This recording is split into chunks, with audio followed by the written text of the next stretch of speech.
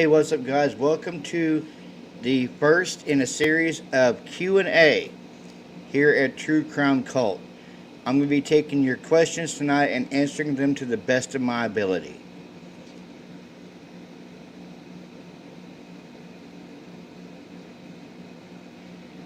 I'll be taking Idaho 4 questions, I'll be taking Sebastian Rogers questions, and I'll be taking Karen Reed questions.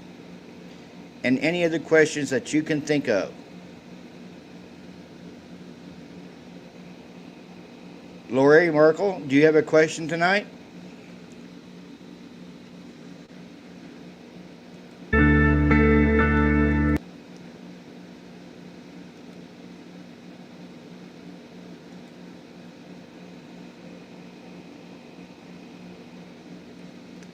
That's what this is about tonight, is a Q&A. Any true crime questions you want answered, I will answer them to the best of my ability. Yes, Debbie, what's your question? I think Proctor is very suspicious, especially with him reading that testimony yesterday with all the different text messages that he had been sending. He had to read them all in court, and some of them were truly very disturbing.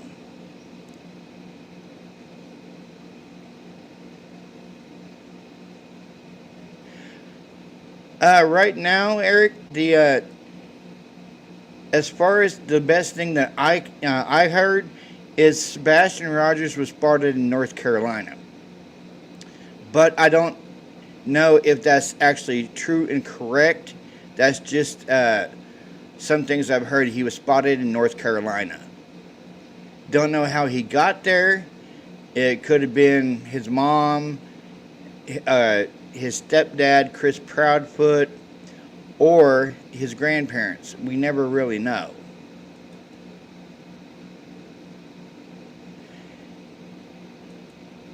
Yes, thank you, Aria. I tried to do an amazing job for you guys. Yeah, for you and I think the case sticking out to me most right now is the Brian Koberger case. I read some of the new documents today, and I found something truly very interesting. They're trying to protect an informant. Now, I don't know if the informant possibly could be the IGG, or there is a possible informant we don't know about.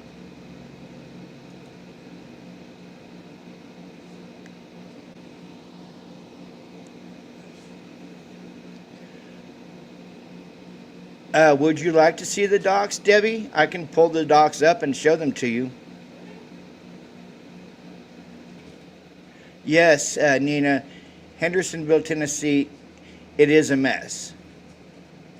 Now, the doc that would drop today isn't very long. Yes, I just have them on tab right now.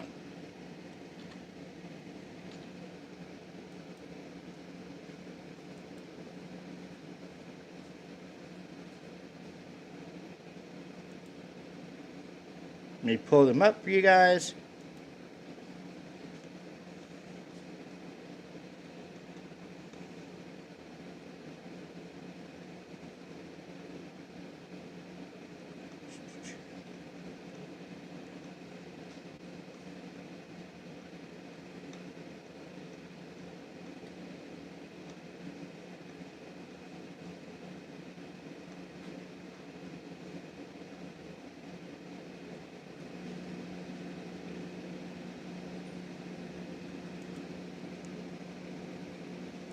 Yeah, this whole Brian Koberger case is a mess right now.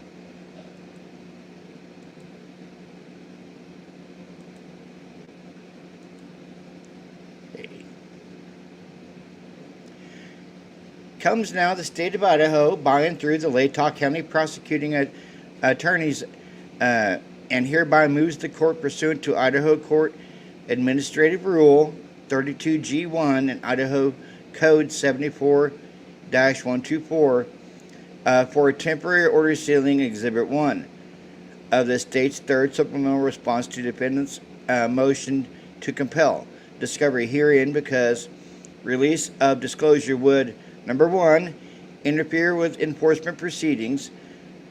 Now, that one's kind of vague. That could be the arrest warrant, the trial. Number two, deprive a person of a right to a fair trial or impartial adjudication. Now, that one right there kind of stuck out to me.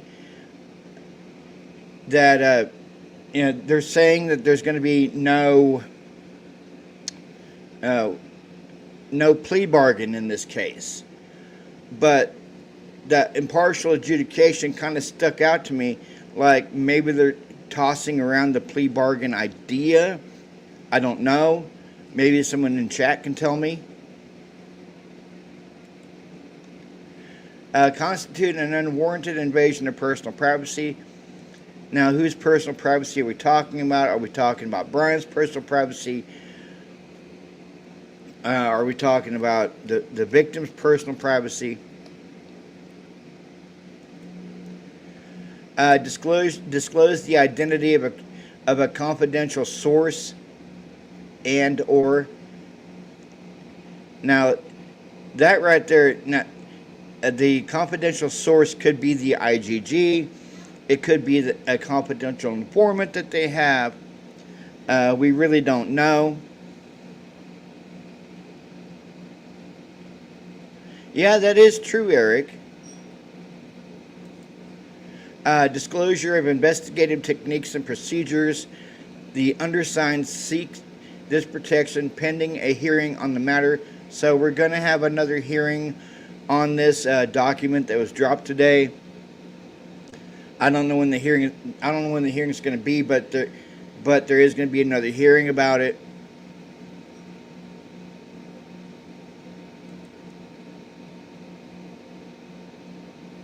The state respectfully prays that the court seal from public disclosure Exhibit 1 of the state's third supplemental response to defendant's fifth motion to compel. Okay, now what is Exhibit 1, guys? Is Exhibit 1 Is Exhibit 1... Yeah, right there, Eric. The IGG is all fabricated. Could the Exhibit 1 be the IGG? Could it be, say, the knife sheath? We really don't know exactly what the Exhibit 1 is. I mean, it could even be the car. The car could be Exhibit 1. We really don't know.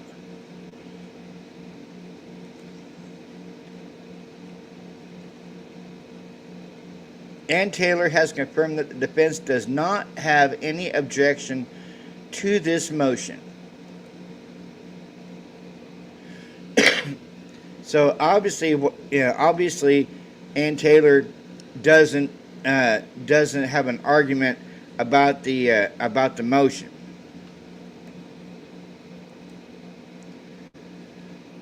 But if the way I see it, guys, yeah, well, they're sealing it from public disclosure. That really sounds like they're trying to hide stuff from us. They're trying to hide stuff from the public. I don't know what you guys in chat think about the public disclosure. I think they're trying to hide stuff from us.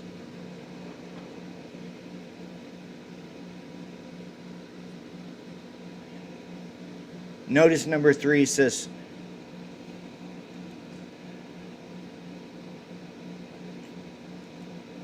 notice number 3 says source not informant. Number 4 says techniques and procedures. Yes, investigative techniques and procedures. Good eye, Nina.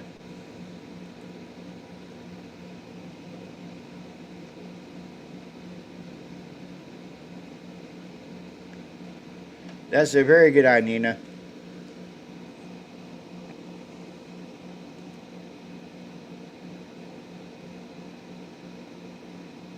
Yeah, and that's just it, Eric. You know, there's a lot that we don't know, and the reason why we don't know is because of the gag order.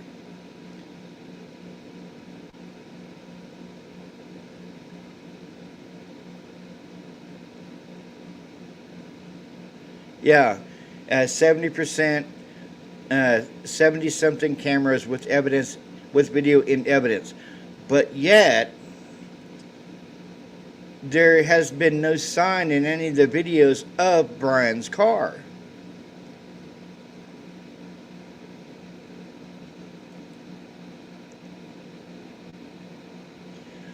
I think, Debbie, I think there's a little bit of both.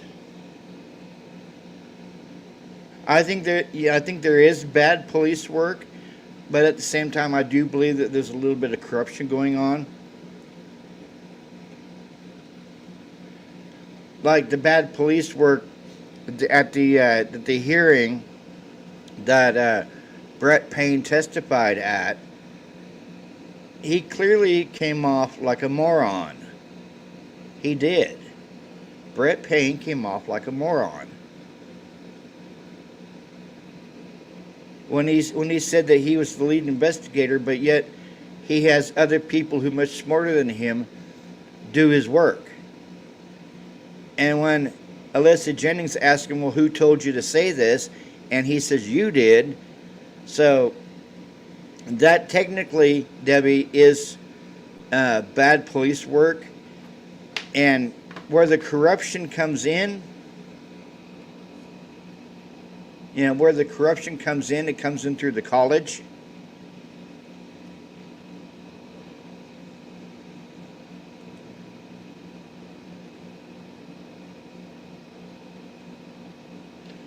Hey, AR, do you have a question for me, AR, about any recent cases?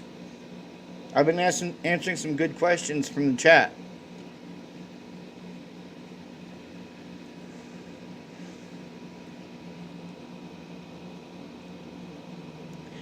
Now, see, just like this whole alibi defense, you have the Gonzalez family writing the letter saying that they're kicking it down the road, and you don't get me wrong. Just like the new court docs state that they're going to be having another hearing on this new motion that was dropped today. So it seems like they do a motion, they have a hearing. They do a motion, they have a hearing. And I can see why mainly the Gonzalez family is getting a little upset and irritated that every time they have a motion, they set a hearing for it. And then they said do another motion, they have a hearing after that.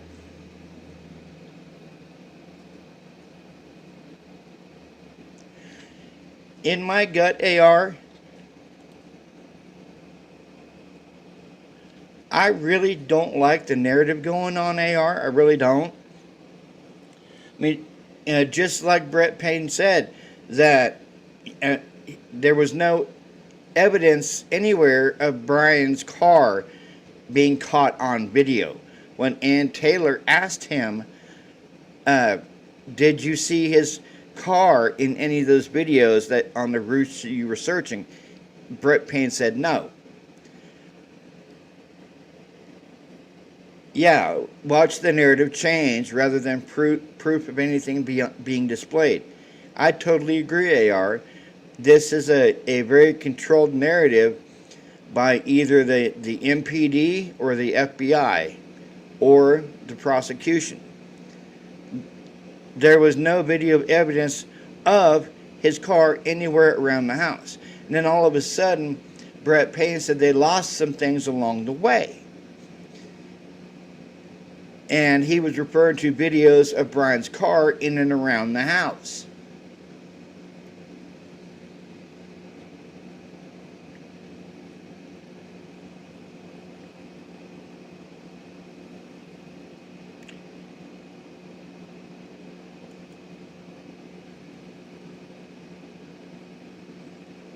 Well, we are talking about Moscow, Idaho, Nina.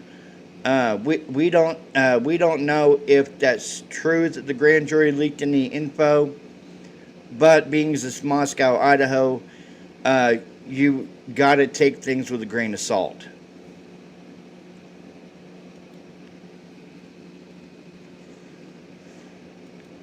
And AR, you're always welcome here. You know that. But yeah, just like you have Bill Thompson, who throws a hissy fit. Now, this is the last two hearings. I have not seen Bill Thompson throw any kind of a fit.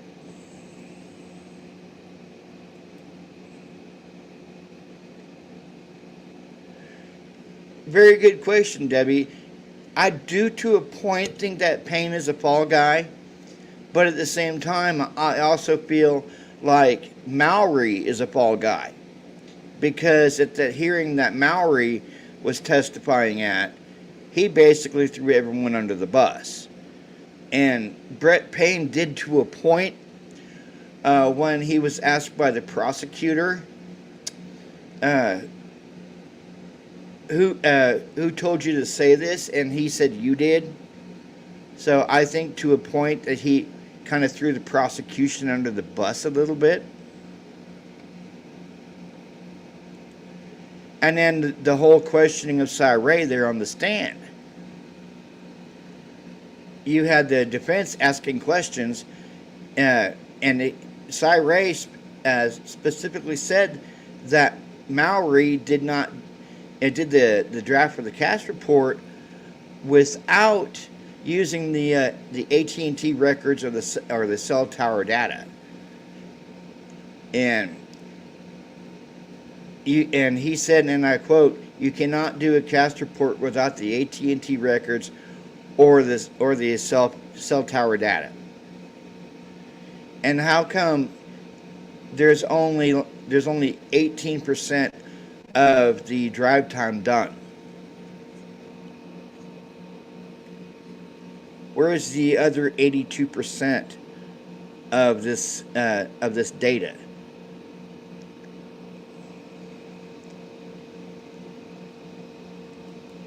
Yeah, Fallon, I know Cy Ray rules, but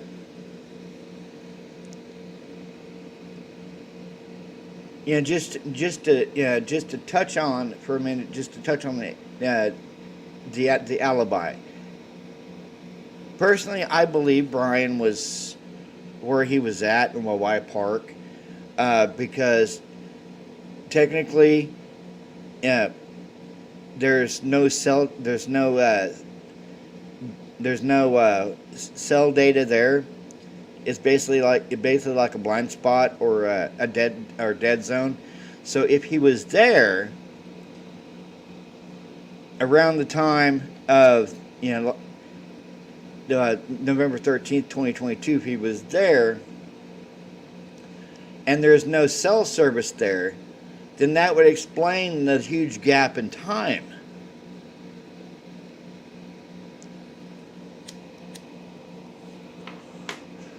Because he could have left Hawaii Park around 5:20 or 5:30, and that's when his phone came back online.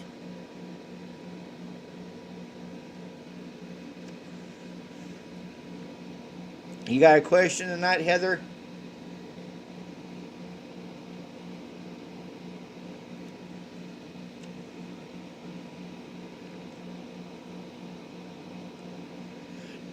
But yeah, I don't believe this contrived narrative that they're trying to feed us.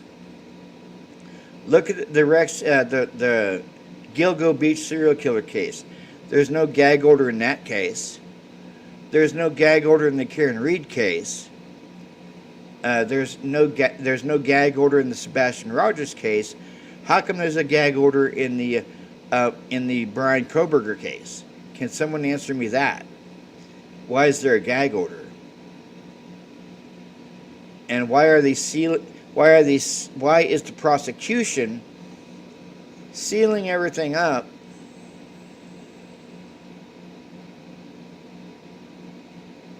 I'm doing okay, Heather. Now, why is the prosecution sealing everything up, but Brian and the defense team want a transparency in this case, but it just seems like there's no transparency in this case?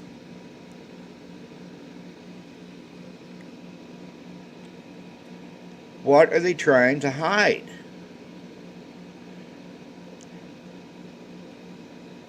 I would have to do some research on that, Eric.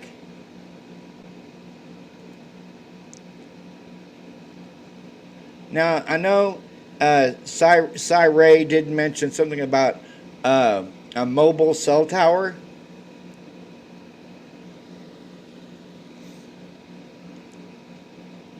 Using a mobile cell tower for the cast report.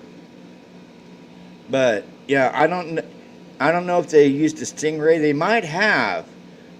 Yeah, but we won't know because of the gag order.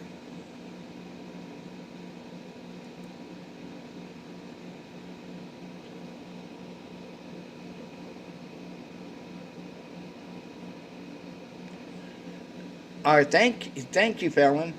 About BK alibi, I looked it up, and there was actually was a rare meteor shower that night, with prime views in November 12th, 13th. One reason for camera being set up outside 1122 was a fine night sky.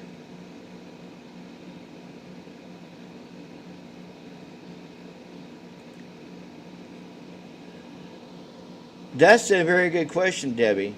He may have. Steve G may have tampered with the witnesses. I think maybe that's why the prosecution is reluctant to tell him stuff. And would you just like Ben Mogan?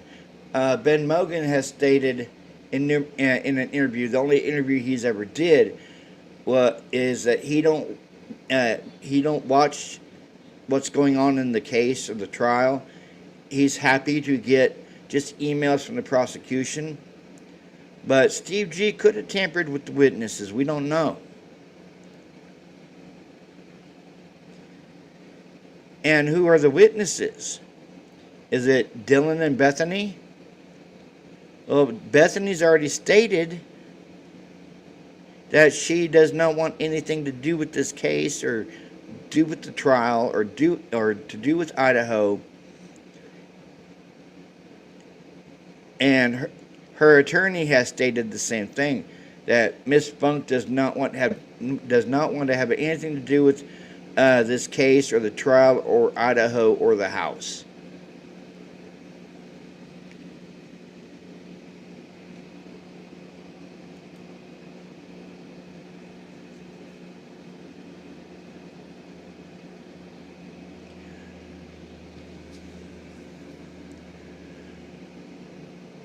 I'm not really sure that he's FBI. And I tend to disagree with that sometimes, because if he was really FBI, then he wouldn't be standing trial right now.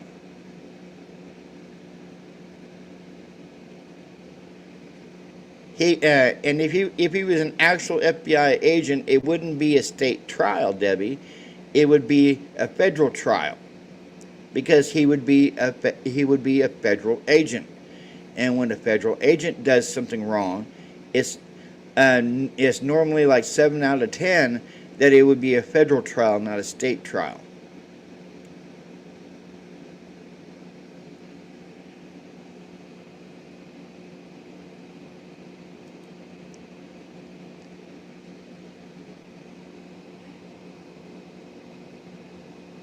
Hey, Julianne, how you doing tonight? You got a question for me tonight?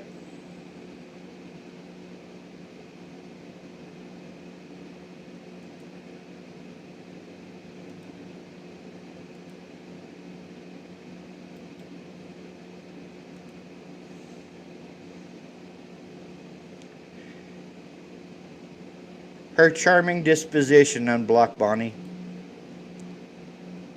There you go, Sophie. That's for you if you want to come up. Yes, Miss Funk is sus AF. But, like, we don't really know what's going on in the Sebastian Rogers case either. Because you have, you have Chris Proudfoot. I honestly think that possibly Chris Proudfoot or maybe his mom had something to do with it. Because why would a 15-year-old autistic boy leave the house without his shoes on and a flashlight in the middle of the night? And his mom heard what the sounds of loud thumping and banging in his room, and all she told him was to go to bed, was quiet down and go to bed.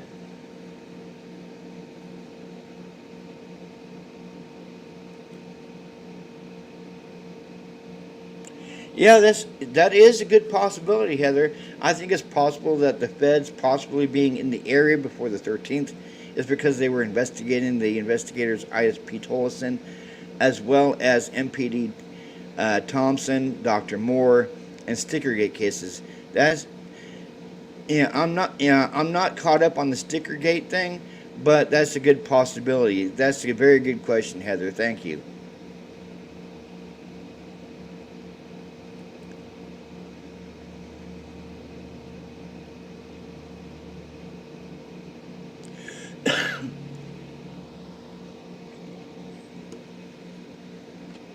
But I think the MPD does need investigated. I really do. Mainly Blaker, Payne, Mowry.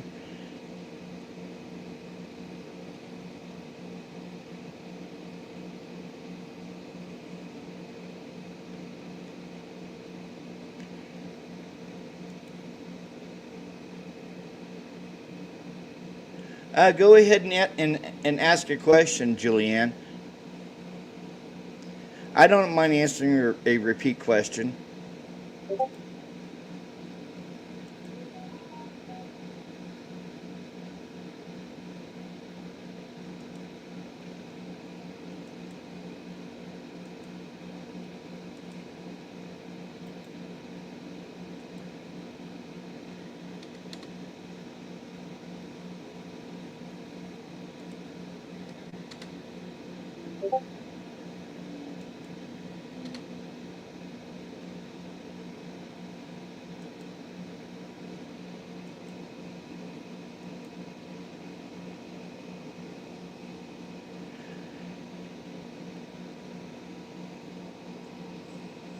That's very good. Wilson got a $300,000 settlement.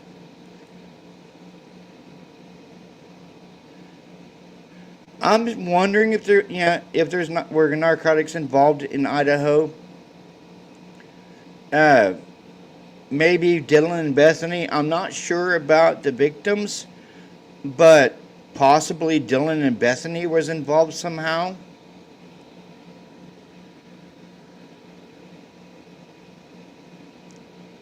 Yep. Yeah. That's a very good point, Debbie. Now I know Maddie's stepmom, Corey Hatrock. She had a court hearing for drugs a few days before the murders. So did Kara Kernodle, and they both were taking plea deals. Hey, Free Bonnie. Hey. I tuned out for a second. What's that? Now we got some good questions going on in chat. Tell me. Well, aren't you reading chat? I can't. My something's do you hear the echo? I'm trying to figure this out right now. Do you hear echo? No, I don't hear an echo. What about now? No. But Very yeah, strange. Very strange. it's so weird that you have this narrative going on in this case. It's mind blowing. Yeah. Am I echoing or is she echoing? It's me. It's me. Andy, do Let you me have a find my question for headphone. me tonight?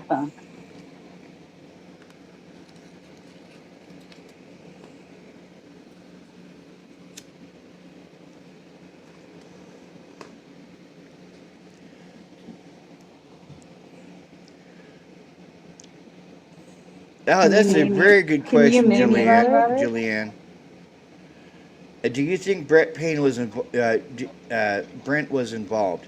I have since the day of SWAT, before I even knew anything about him. I mean, he was an ex-marine. He could be involved, but we don't know for sure because of this stupid gag order. But they've scrubbed the body camera from that night.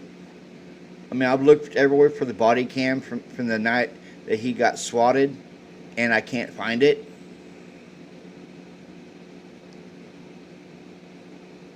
And I've actually called and talked to the landlord of that apartment building, and they've stated that he didn't have any roommates.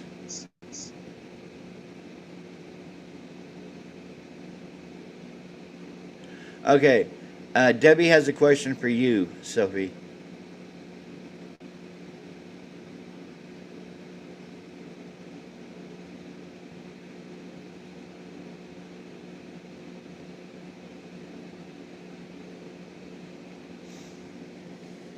Well, I was muted. Can you hear me?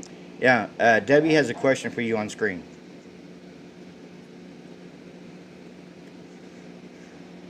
I have a question for Sophie. What is the wildest witness in Karen Reed, and what are your thoughts on the Proctor testimony? Oh, jeez. This is a difficult one. I'm gonna say. Am I still echoing? No. Okay.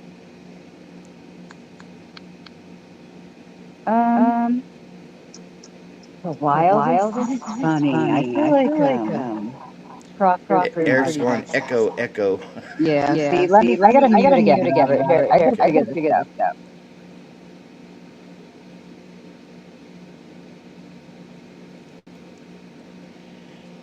So the only state is Otham's DNA. Do you think it will be allowed? It will be allowed to bring it to trial. A very good question, Tennille. I don't think the IGG is going to be coming to the trial. Honestly, don't. Yeah, I see some suppression motions coming here before the trial. Yeah, I think that they're going to suppress the knife sheath, and I think that they're going to suppress the IGG as well.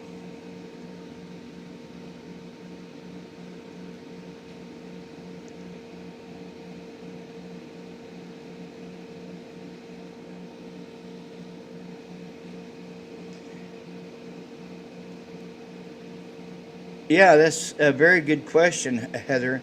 Why didn't Maddie Mogan ask Kaylee to come? That's a very good question. Why it wasn't her that asked Kaylee, and it was Dylan instead? Because, I mean, honestly, I think Dylan was setting Kaylee up. That's what I think. I think Dylan was setting Kaylee up. How do we know? That's what happened. Can't. Still echo.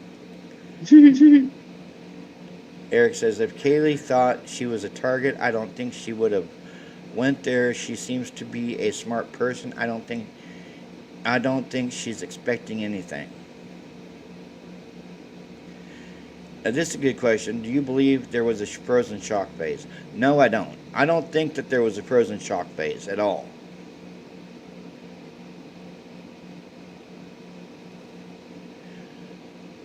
I honestly don't think that there was a frozen shock phase.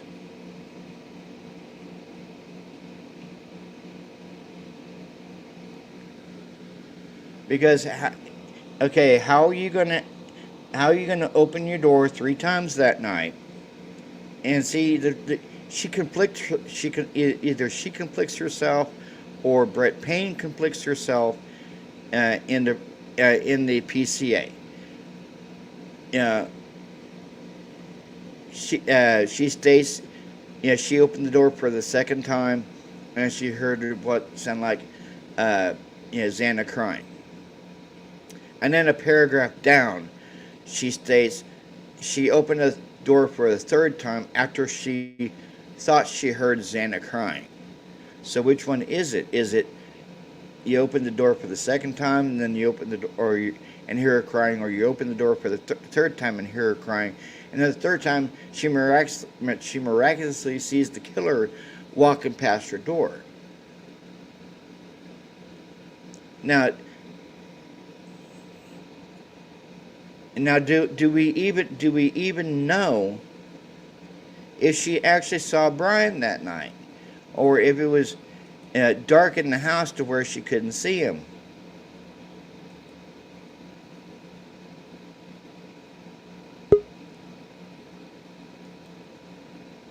Is that better? Yeah, that's better. Are you echoing? Yes, I am. This is so weird. But yeah, I don't really believe half the stuff that Dylan says. I honestly don't believe half the stuff Dylan says. And I think, honestly, I don't know if AR will back me up on this one, but I think that Bethany is a non-factor in this case because she was on the first floor. She didn't, she possibly didn't hear anything, but at the same time, according to Steve G, there was one hell of a battle going on the second floor. So, and what's got me leery of Dylan is if there was one hell of a battle going on the second floor, Dylan would be able to hear it. So would Kaylee and Maddie.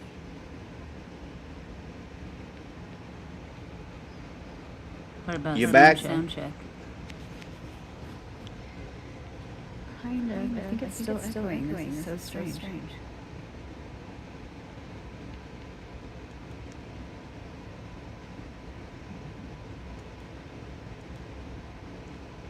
DM had also said she thought the noise she heard above were the frats moving furniture, males, multiple voices.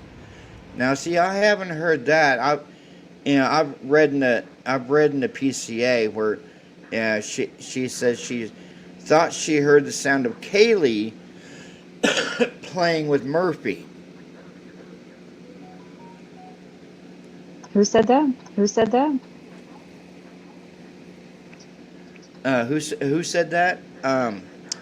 She did in the PCA. That she thought she heard the sound of Kaylee playing with Murphy. And Fallon just said, DM also said she thought the noise she heard above were frats moving furniture, males, multiple voices.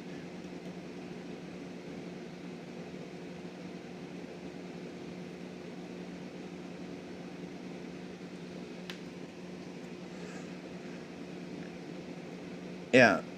lots of stuff early in is different from the what was charged later in PCA.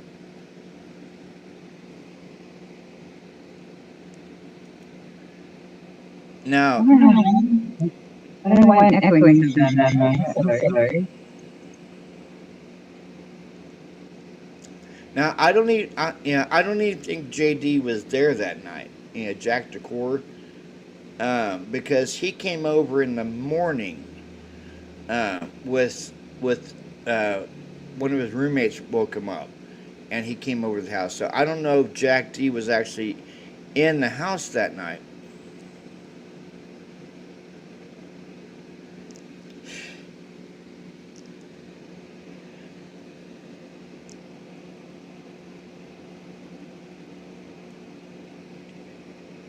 Okay, Tennille says, in my opinion, 100% he is the perp that surprised the victims.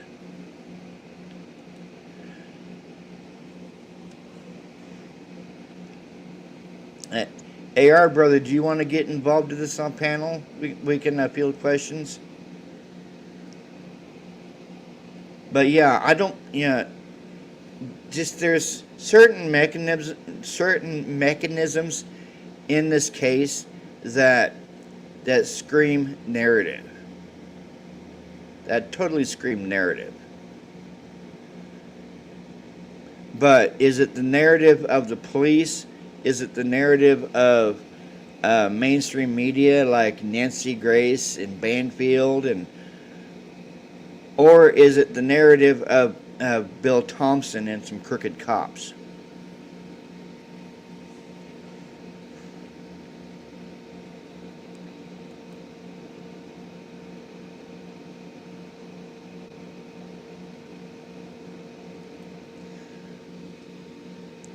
Okay, next question, guys.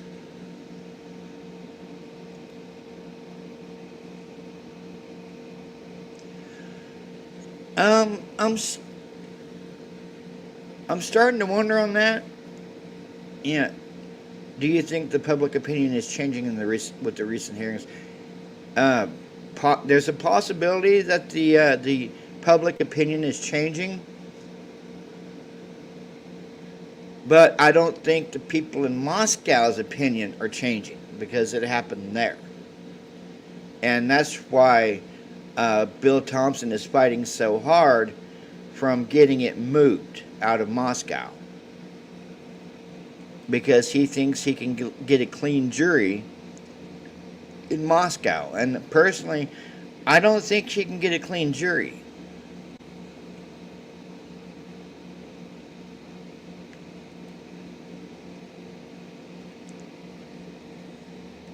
I think the majority of Moscow is already tainted from this case, because a lot of them are U of I alumni. And this crime happened to students who go to U of I. But I like, I do think it's funny how the college has kind of distanced itself a little bit from this case by calling it their off-campus home. Their off-campus home.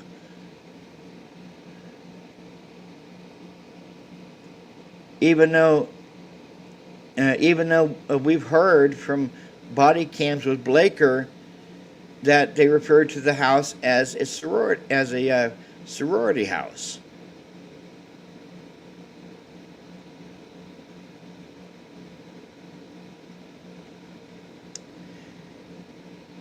Yeah, that's very true, Tennille. Defense hasn't even started talking about their case yet, only picking holes in state's case. Yeah. And I think that's what's making crackhead Bill Thompson mad.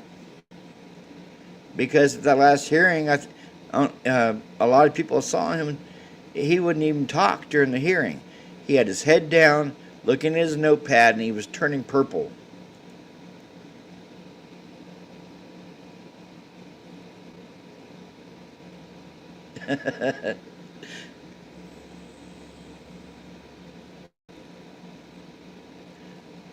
My question is that if you could ask Ann Taylor one question, what would you ask her? I think the one question I would ask Ann Taylor, if I could look her in the eyes, do you think you can get him off with as flimsy as evidence that there is?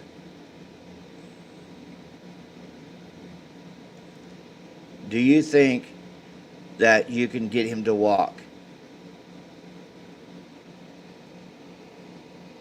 And I don't know what her answer would be.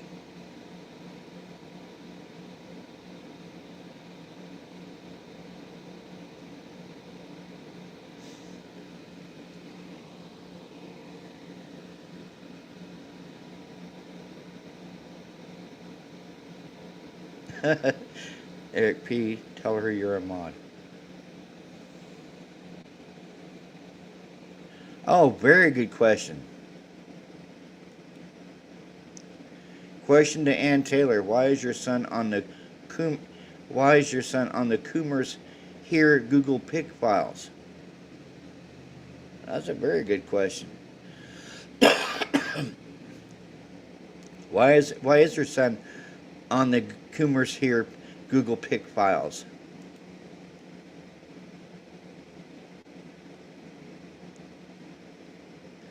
Well, see, yeah, that's a very good question, Tennille. Yeah, I just wish they had actual leads. Leads those poor kids. Well, here's the thing: the assistant prosecutor Alyssa Jennings made the statement at the hearing that they have other suspects that they could look at.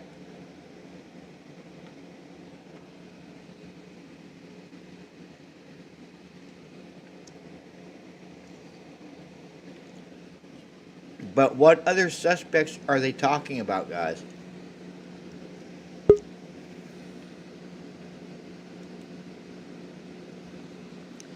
What other suspects are they talking about? Did it fix it?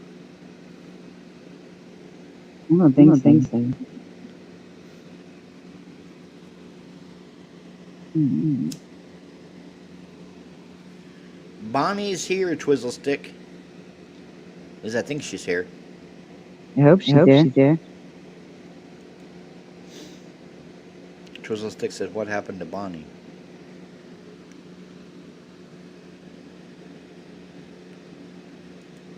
Bonnie for sheriff. Now, here's another thing I'd like to talk about. Chief Fry is now the Latah County Sheriff.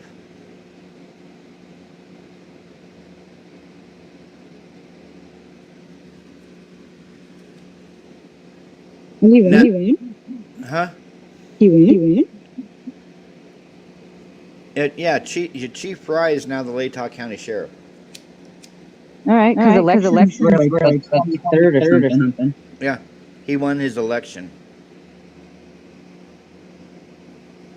Yep, Fry's incompetent.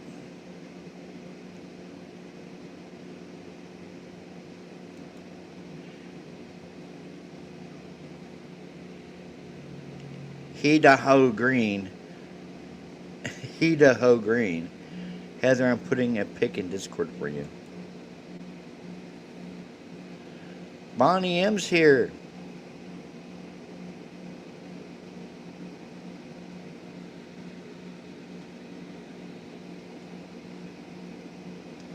In treatment, sorry guys. Live the love.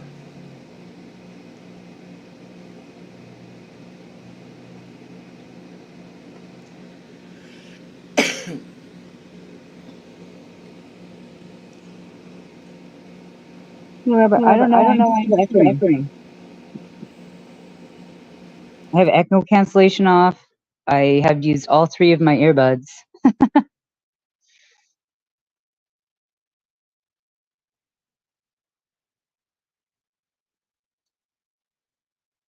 What do you think? Well, I noticed you're not echoing. Oh, Debbie says no echo. No echo? Heather says I think it's good now. I want to hear some of your. I want to hear some of your thoughts on some of the questions being asked in chat, and I want to hear some of your thoughts on the recent cases. Okay. Well, what are the questions being asked in chat? I can't read them in StreamYard.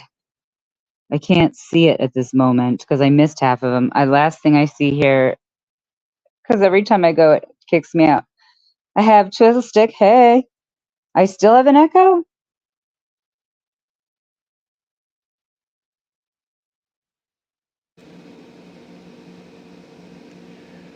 You, Bonnie M. I'm enjoying the chat and the love. Oh, we love you, Bonnie. Yeah, Debbie that's right, says no, Bonnie. you're good. It's not good. It's me, like 2 seconds behind me. Dang it.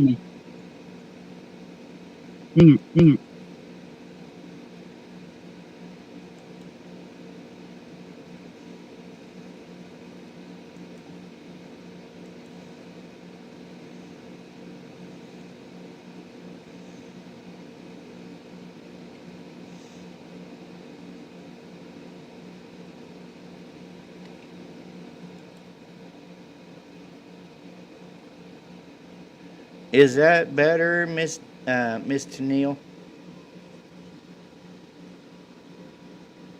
Yep, Robert. I think the I echo can is hear on you. your side. I can Do mute when you talk. you have StreamYard open? Or I mean, do you have Discord open?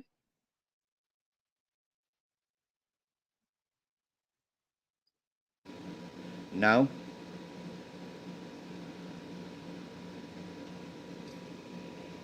Weird.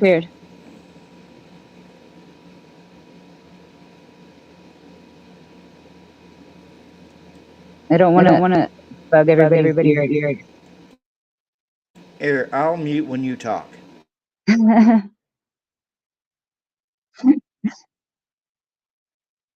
What was I saying?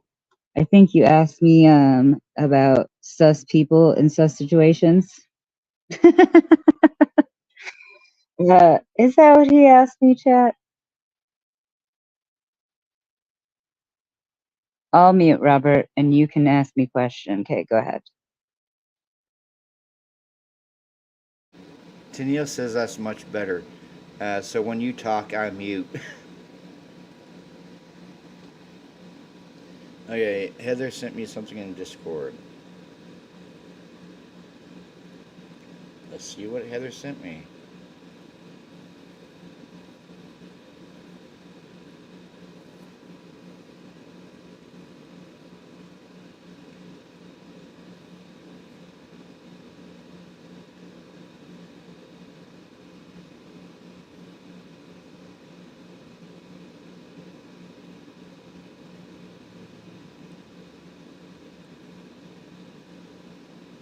I think you're right. Too.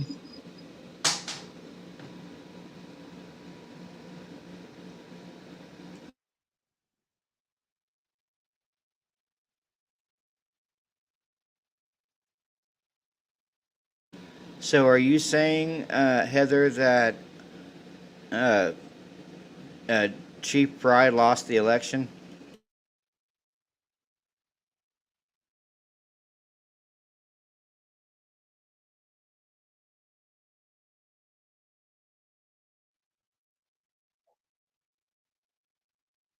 I never even saw the election results.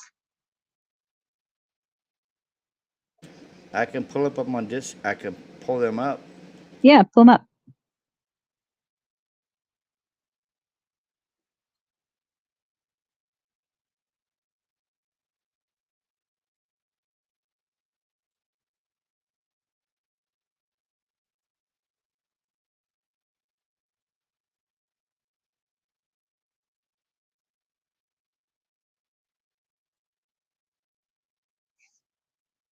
I see that I'm unmuted right now. I see what you asked me, Eric P. What do I think about Enon Harsh? I think there's a character who did not get investigated enough. And I say that with knowing that watching those videos about him and him talking about getting busted for selling drugs. And I know that one creator, I think it was Jay Embry, was like, oh, it's just Molly. And I'm like, y'all know what Molly is? Do you know what ecstasy is? Do you know that's like a hard drug? That's not like aspirin. That's like a hard street drug that could possibly have fentanyl in it. Maybe not when he got arrested, but the guy was a drug dealer. I mean, you can't stop that of being a known thing. That's the truth. Hey, American Princess, would you like to ask a question tonight? I got it pulled up on screen.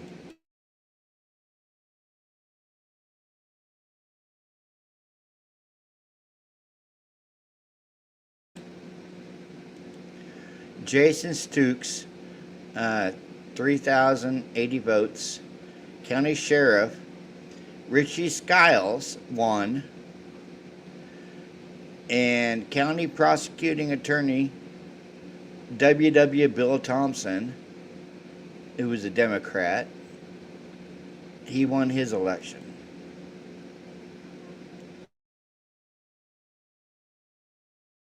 So it looks like Mr. Fry lost his election. I can't tell. Did Fry even run?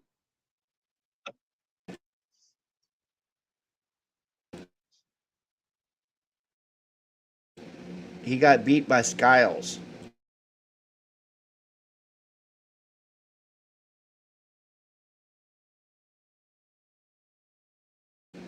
Yeah, he got beat by Skiles. He was running for Latah County Sheriff. That's why he retired one year before his retirement. Yeah, Tennell just said he retired to run.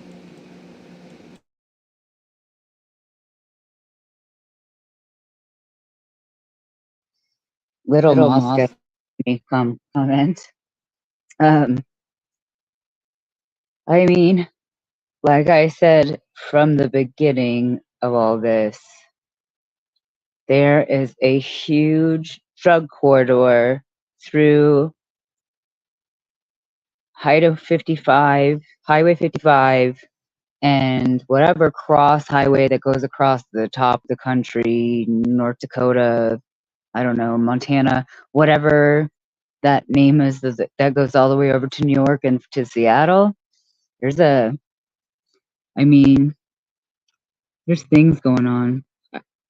I have known it for a long time. It's not like I know it because I know things. I know it because it's like a known thing in Idaho. That's like a drug corridor.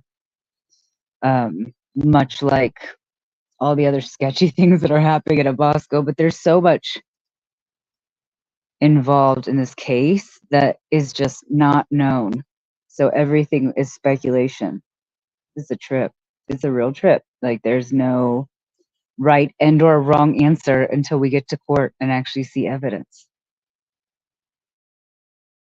Yeah, Tennell said, the drug corridor, human trafficking, Aryan Brotherhood, it all confuses me.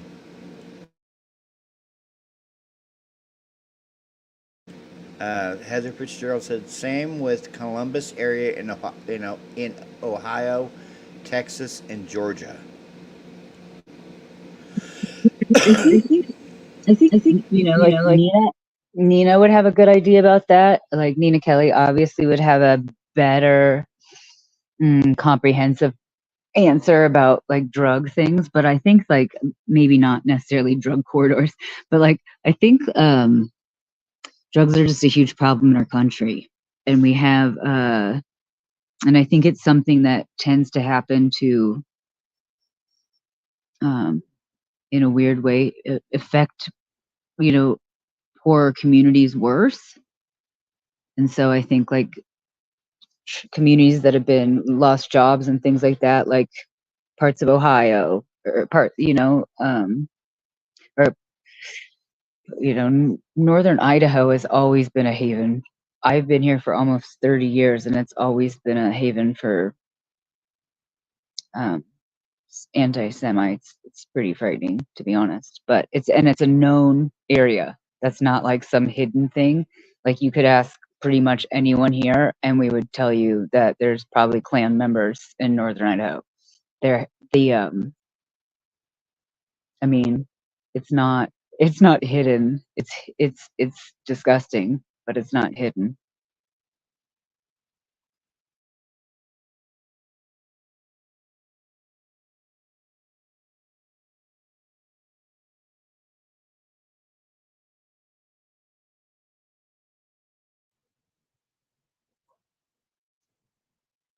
Thanks for the link, Heather. I should have looked. I just left it in chat. Okay, cool. Oh, thank you, Unblocked Bonnie M. Thank you for the super chat.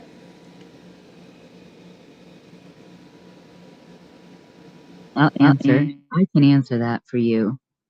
Bonnie M is, folks, if you don't know, Bonnie M, she is another incredible mod in our mod community, and she is just the most fabulous woman. She's hilarious and kind-hearted and just a great person. She's full of the truth. She is a solid, truth-telling individual, and she's been kind of condemned, I guess, or brought down, like she's not an amazing individual, and she truly is. So we're just trying to support her as fellow mods and her friends. Yeah, that super chat by Unblocked Bonnie M gets a DJ horn.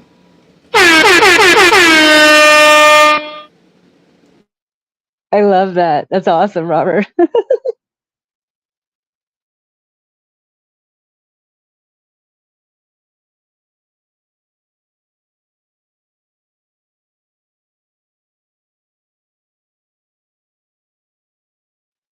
See, Yeah, that is the super chat DJ horn. That's what I call it. Every time there's a super chat, the person gets a DJ horn. That's awesome.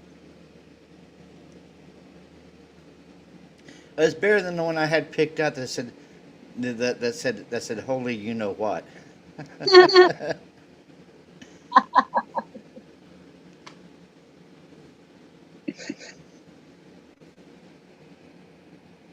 I like the DJ horn. Now it goes earbuds.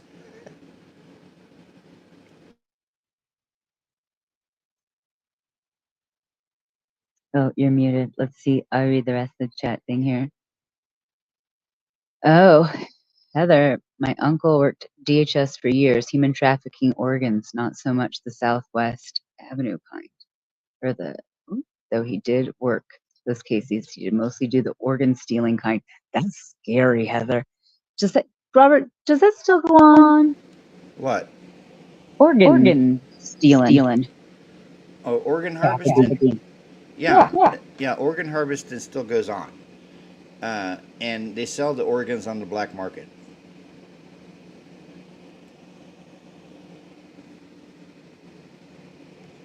I know it's weird and it's twisted, but yeah, organ harvesting still goes on, and it's everything's sold on the black market.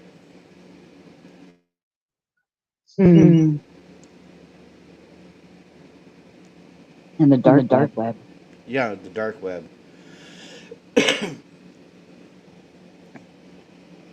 Yeah, because I was watching a video last night about this weird box that you can buy on the dark web, and it's basically it's a box you don't want to get because trapped inside is a demon, and if you open the box, you like legit release a demon in your house. And I think there's a video on it too. They call that demon.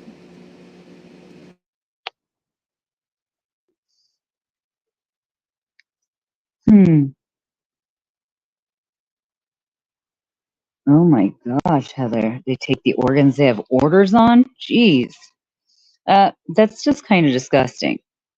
But like we know it's real, right? What do? Like wake up in a bathtub covered in ice and you're like, oh crap. My kidneys are gone.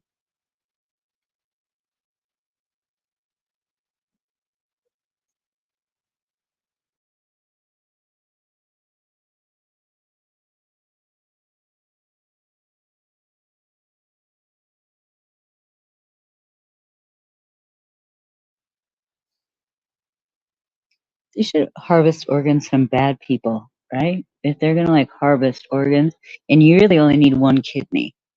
Maybe that could be like a trade, like some sort of criminal trade. I clearly don't set the rules, but I'm just saying, if you're like, maybe you murdered somebody and then somebody also needs eyeballs, you know?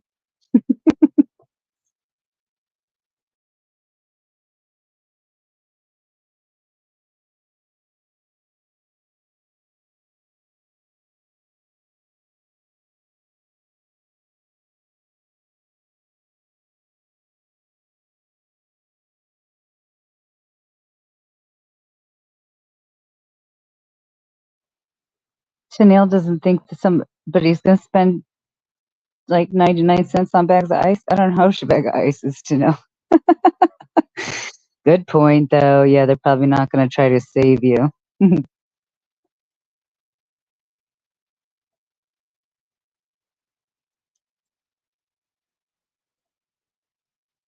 It's true.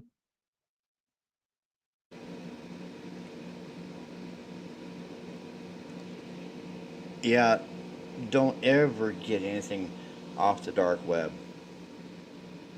That's why they call it the dark web. I don't know. That's where I buy that fancy white nose cleaning powder that they only sell on the dark web. I'm just joking. Oh, it's called cocaine, huh? No, I know, just joking. I've actually like, I don't even know if I've really like surfed the dark web. Like, I think I got into dark web things pre 2020, like looking at weird stuff. I might have been looking at 4chan or something stupid. Maybe I thought I was on the dark web and I was like, I'm on 4chan. I'm,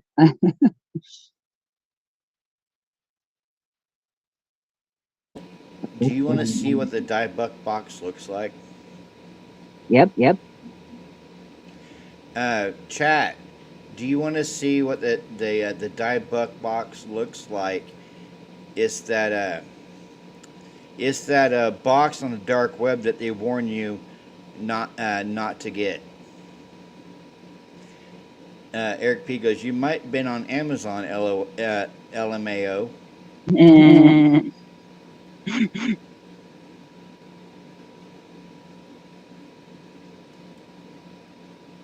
Oh, that's what drives Post Malone insane. Let's see it.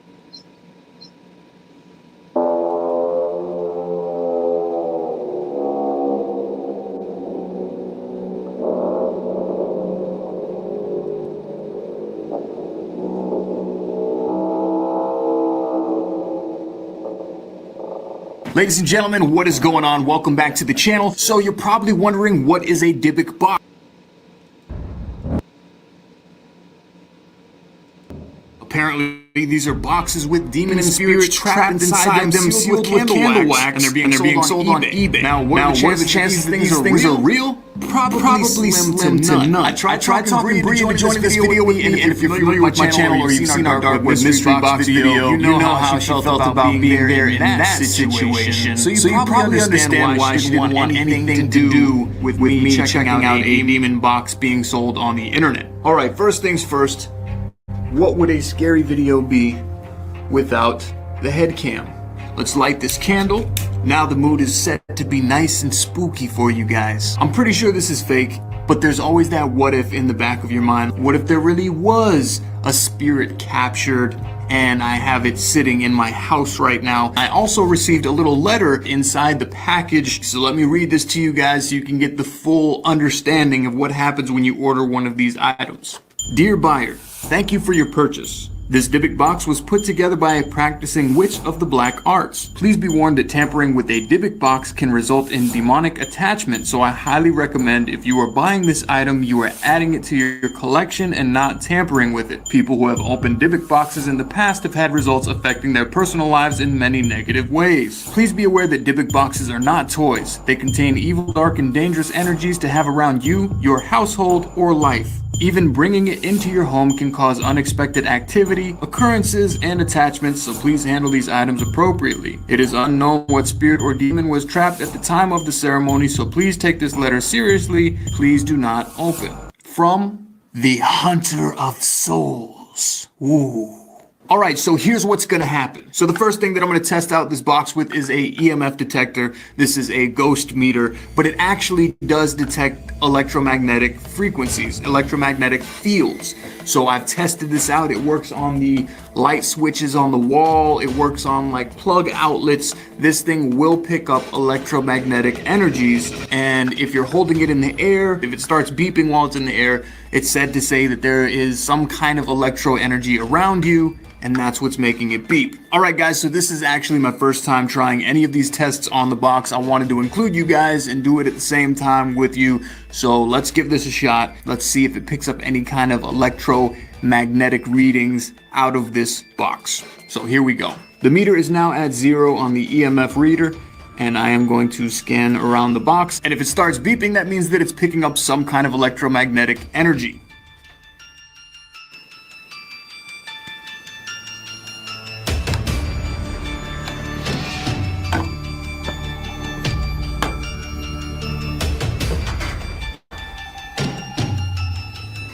Nothing so far like I assumed. It's pretty much just a box.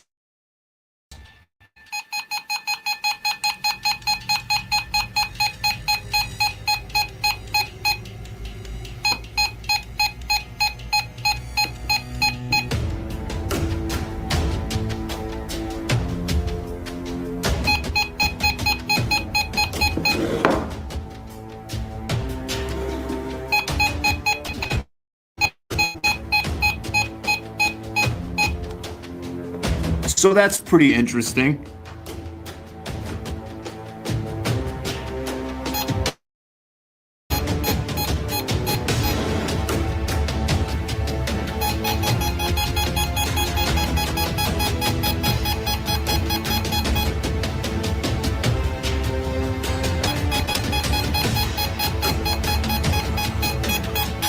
This thing is very accurate, and I am a little bit nervous right now because it's reacting to this box. Right there, right there. It's like dead center in the box. And the thing that's really like creeping me out is when I move the box away, it stops detecting it. So I know it's not like any of my camera equipment or anything. Check this out. Stopped. And when I put the box closer, there it is again.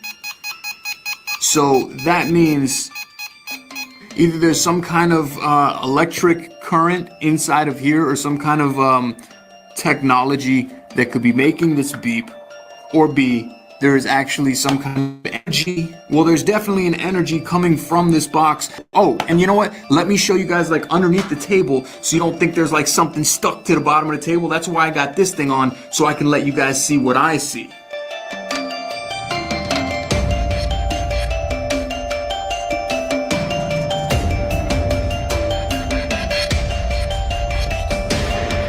So test 1 out of 2 so far gave me some kind of result. That doesn't mean that it's a demon in a box. Doesn't mean that there's a spirit in there. It could, but as of this moment right now, I'm just going to assume that there's something in the box that would be triggering the EMF. I'm very curious as to what is in the box now. I'm not 100% as to whether or not I'm going to open it. I'm going to try the next test out. More than likely, I'll probably open it because I really don't believe there's anything that's going to haunt me from inside this box. That's just me. But I do want to know what's making the EMF detector go off. So All right, next up, we're gonna try the good old spirit box for a moment here. Hopefully you guys can see on the overhead view what's going on. Just turn this guy on.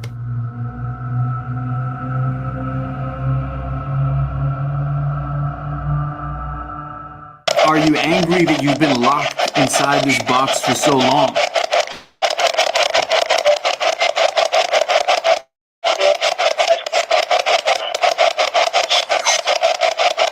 I heard something right there.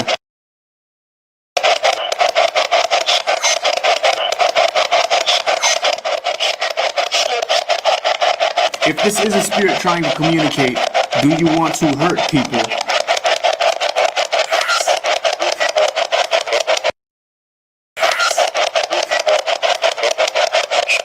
That was pretty clear.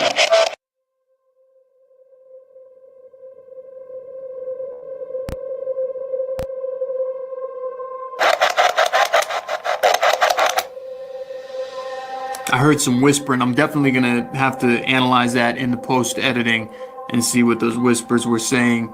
But I did ask it, if this is a spirit, do you have intentions of harming anyone? And I heard a pretty clear yes. Obviously, when I edit, I'll play it back a couple times to see if we could hear it a little bit more clear. Okay. So now the big question is, what is inside this box? You know, these radio frequencies, they're not really that accurate. It was pretty scary when we were in the Pennhurst Asylum doing it, but you know, it's just scanning through radio stations. It's not supposed to pick up any radio stations, but there was definitely a lot of voices coming through on it just now, so I'm not really going to take that as like, okay, that means that something here is trying to communicate, but there's definitely something in here. Can you guys hear that?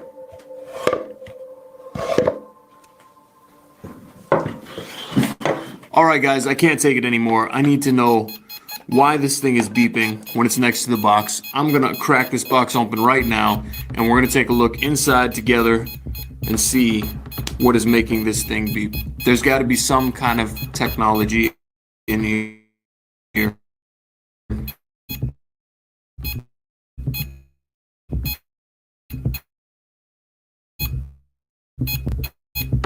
Hopefully it's not a bomb. Now, okay, the wax is broken, and it smells really bad. Why do all these boxes that I open gotta smell like shit? There's a crystal in here. Is this what was making it beep? No? Why'd you stop beeping? Alright, so this thing is not beeping anymore.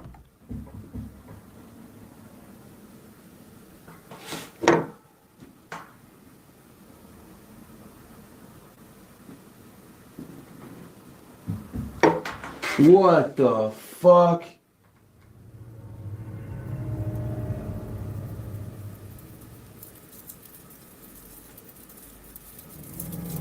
The air conditioning is off right now. That plaque has been there for a few months.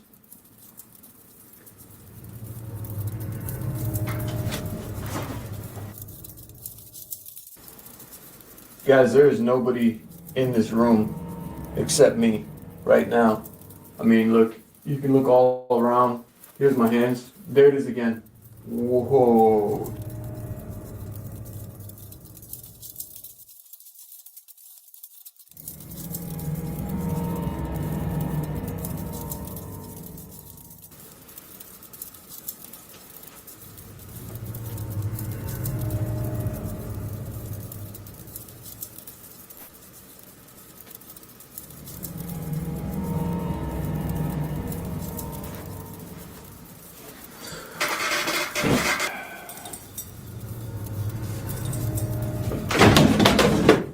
Yeah, fuck that. I'm out of here.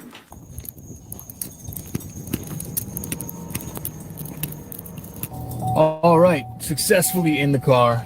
I am heading to my brother Chuck's house for the rest of the night. I am not comfortable staying in my house at this moment in time. How do you explain that? How do you explain that? How do you explain the EMF detector going off.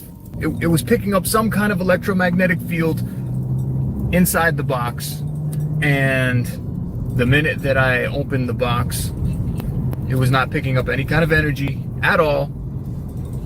My YouTube plaque started moving like clear as day. It literally fell off the fucking wall.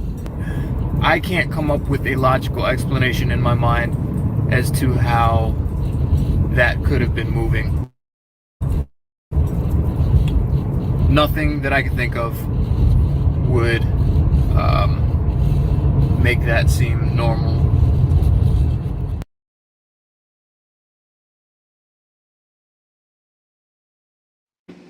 How about this? You just released a damn demon in your house. Well, so you don't, I don't think it's a demon, Robert. You know, it does look like a selenite tower, Heather Fitzgerald. It does look like that, and it, from what I read, that is like a mental clarity, like spiritual connection, focus, like a positive energy thing. Like if it released something in the house, maybe it's not bad. So what did he release in the house? Hmm. We'll never know. We'll never know. That was a trip, though, right? Whatever it was, it scared the crap out of him. I like how you asked, "Is that guy on something? Was there even anything hanging back there? Was he just like hearing things? Is that what you think?" Well, you saw his plaque fall off the wall. I did. I did see his plaque fall off the wall, but I was listening to the sounds of the box and thinking, like, what is this? Like, what could do that, right? I was just, all I could concentrate on was what could do that, and all I saw was like him turn around and look. Like, I didn't even see it. You're gonna have to rewind, or I'll just agree with you,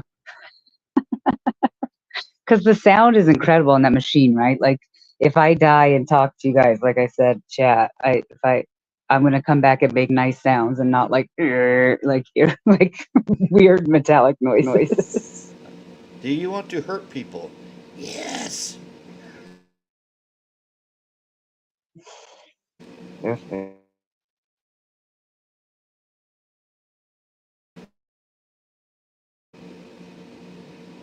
Yeah, he says he's been to Penhurst Asylum, and that is like one of the hauntest. Yeah, it's an abandoned asylum, and it's like one of the most haunted asylums here in the United States. That and Waverly Place or Waverly Asylum. Where's that at? Waverly is in Kentucky.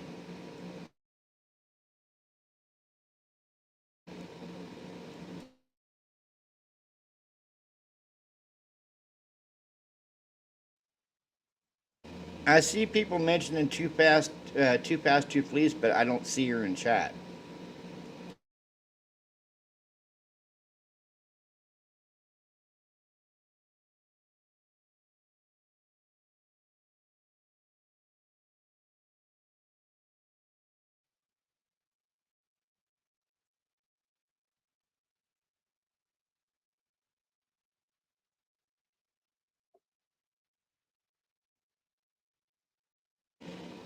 You Yep, don't see? bully free zone, Bonnie.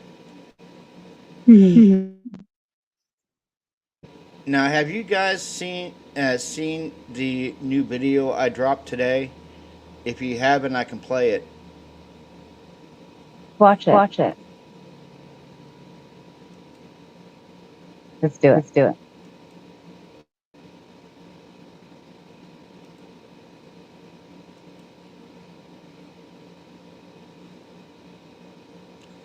Which one do you want to play?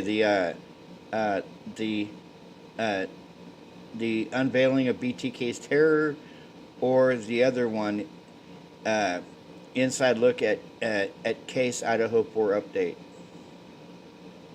I appreciate that you read for us the new docs that dropped, because I hadn't heard about those yet, but I haven't seen your BTK video. Let's watch it.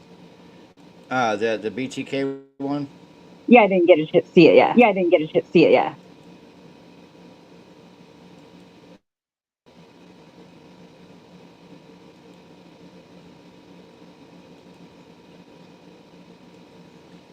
He is also suspected on more murders, and there's some cold cases.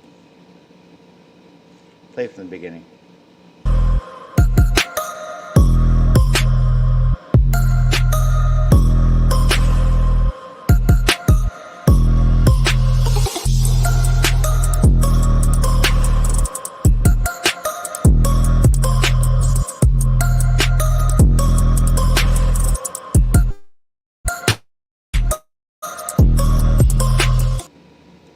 Hey guys, I just wanted to do this episode on one of the local serial killers where I live.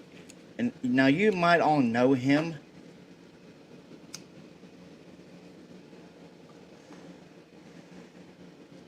as BTK.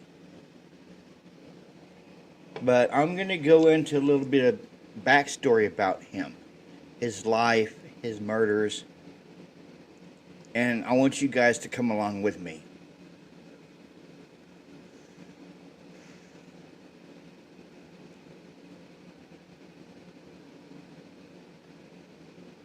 Dennis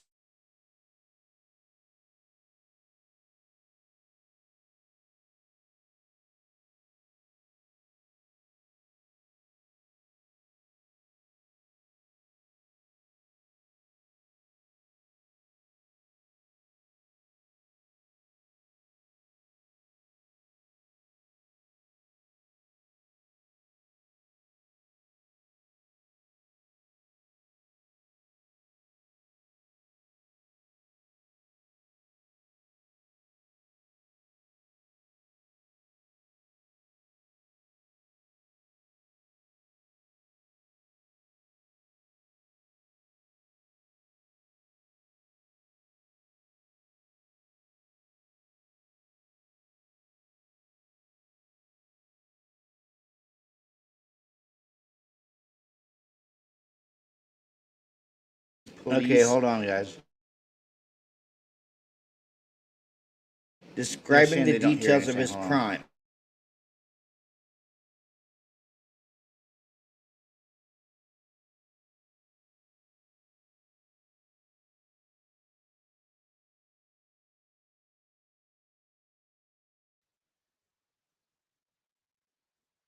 I gotta fix it.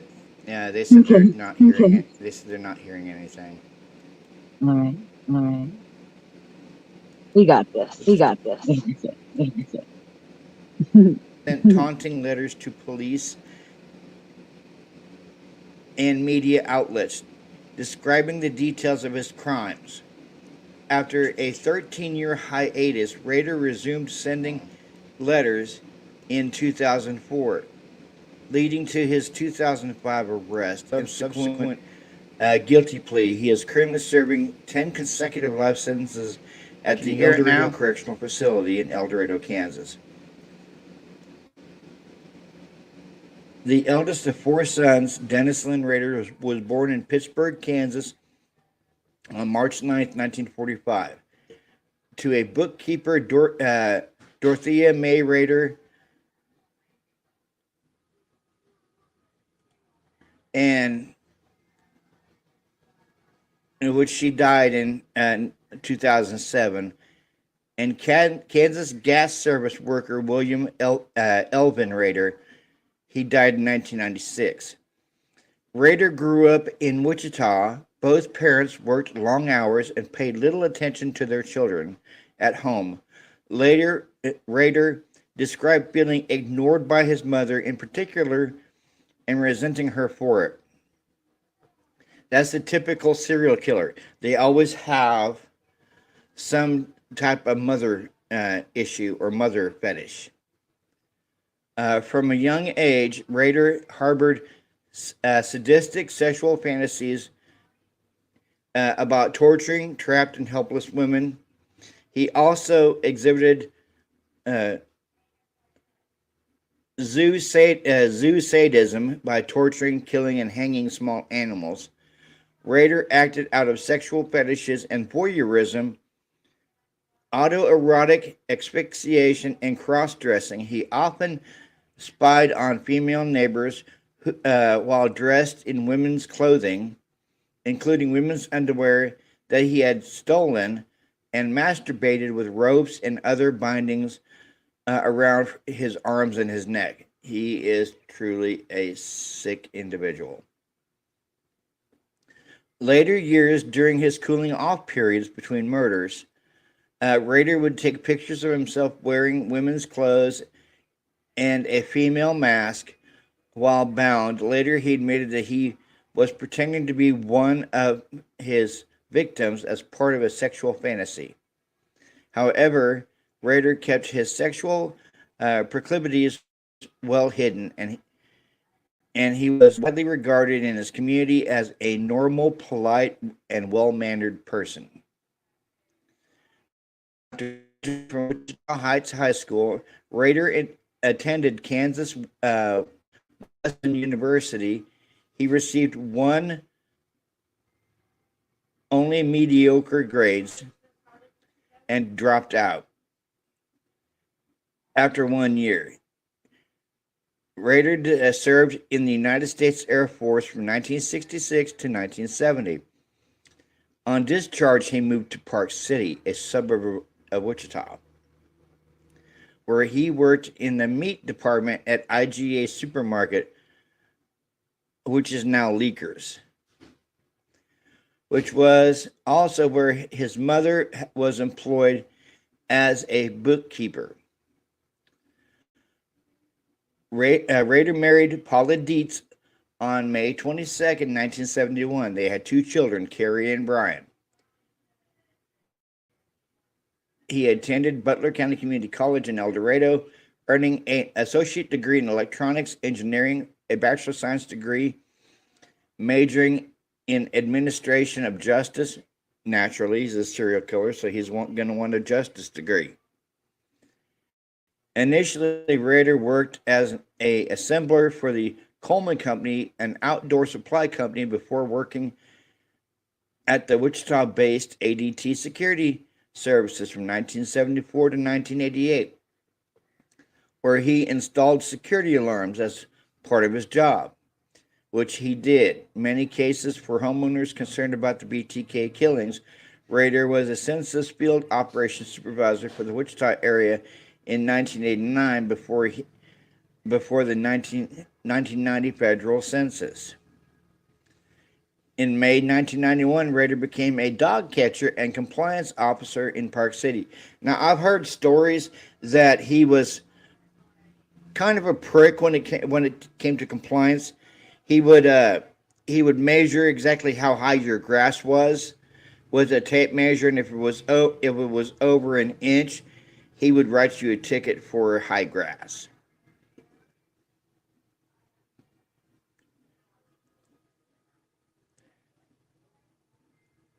In this position, neighbors recalled him as being sometimes overzealous and extremely strict. See, that's as well as taking special pleasure in bullying and harassing single women.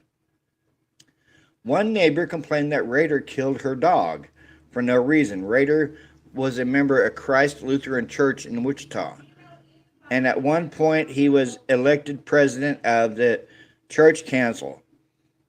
He was also a Cub Scout leader. Back in the 2000s, the public's memories of the murders had begun to fade. Local author Robert Beatty began writing a book about the killings after being shocked that so many young people he spoke to had never heard of them. Hungry for attention, Rader reemerged as BTK in 2004 after learning that the book was being written. On July 26, 2005, after Rader's arrest, his wife was granted an emergency divorce, waiving the normal 60-day waiting period. In an interview with ABC News in 2019, Rader's daughter, Carrie, said she still writes to her father and has now forgiven him, but she still struggles with and to reconcile with him with the BTK killer, stating that her childhood was normal, describing her formative years as a normal American family. Now, the confirmed murders on January 15th, 1974, 4 members of the Otero family were murdered. Joseph Otero Sr., Julia Marie Otero, who went by Julie, Joseph Otero Jr., or Joey Otero, he was 9, and Josephine Josie Otero was 11. Their bodies were discovered by the family's 3 older children who had been at school at the time of the killings. After his arrest, Rader confessed to killing the Otero family. Rader claimed that he first targeted the family 2 months prior to their murders, when he spotted Julie leaving to take her children to school and followed them. On the morning of January 15th, Rader cut the phone lines and entered the Otero residence when Joey opened the back door for the family dog.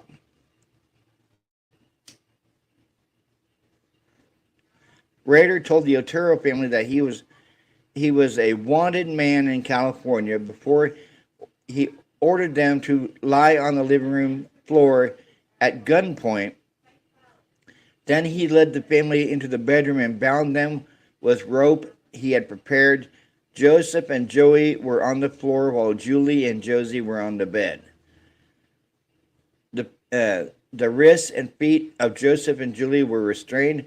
Joseph's head was covered with a plastic bag, which Rader then secured with ropes. But after that, he chewed a hole in the bag. Another bag was tightened over his head, causing Joseph to slowly suffocate to death. So, Joseph tried to save his own life by chewing a hole in the bag. Rader attempted to strangle Julie, and according to Rader, Mrs. Otero woke back up and was pretty upset with what was going on. And she asked me to save her son, so I took the bag off. She screamed, "You killed my boy. You killed my boy." After the initial realization and shock, she communicated, "God have mercy on your soul," before I put her down permanently. Rader strangled her to death with rope. With both parents dead, Rader then also placed another plastic bag with 2 t-shirts and an additional bag over it on Joey's head and watched as he thrashed about while being suffocated. That's a sick individual to do that to a child. Afterward, Rader led Josie down in the basement where he hung her with a noose from a pipe. Later, police found Rader's semen near her partially clothed body. Rader then eventually wrote a letter that he'd stashed inside an engineering book in the Wichita Public Library in 1974, describing in detail the killing of the Otero family. On April 4th, 1974, Rader broke into the Wichita home of 21-year-old Catherine Bright through a screen door but was taken aback to discover her 19-year-old brother Kevin Bright was also present in the property. He transported Catherine to the bedroom and tied her down after forcing Kevin, who was being held at gunpoint, to restrain his own sister with the rope. Rader attempted to strangle Catherine to death before stabbing her 3 times in the back and lower abdomen with a knife. Then he struggled. When she struggled too much, Kevin was also strangled and shot in the head, but he survived by feigning death and later escaping. On March 17th, 1977, 28-year-old Shirley Ruth Relford was found dead in her home in Wichita. Rader was pursued and located her by following her 5-year-old son to her home. Relford, who had not been feeling well and had sent the boy out for soup, Rader entered their residence and pulled a handgun out on her from under his jacket, frightening the family. After tying up the 3 children and locking them in the bathroom, Rader took Relford into the back bedroom. Rader had Shirley restrained while she vomited before tying her legs to the bedpost. Then he strangled her with a rope after placing a plastic bag over her head while her children screamed and banged on the hallway, similar to the Otero murders. Rader intended to murder Relford's children, although they were ultimately able to escape before he could do so. That's victim number 3. On March 17th, 1977, December 8th, 1977, when Rader noticed 25-year-old Nancy Jo Fox going into her home in Wichita, he marked her as a potential victim and began stalking her. Rader knocked on her door. When nobody answered, he cut the phone lines, began breaking in to wait for Fox in her kitchen. Fox's murder will be described by Rader as what I call a perfect hit. Although she gave him a lot of verbal static, she cooperated and she didn't fight me. I had complete control of her. That's why it was one of those enjoyable kills, as I call them. Rader killed Fox by strangling her with his belt on her bed. Before she died, Rader told her he was responsible for the prior Otero murders. The following day, Rader called the police from a payphone booth, telling them they would find Fox's body at her home.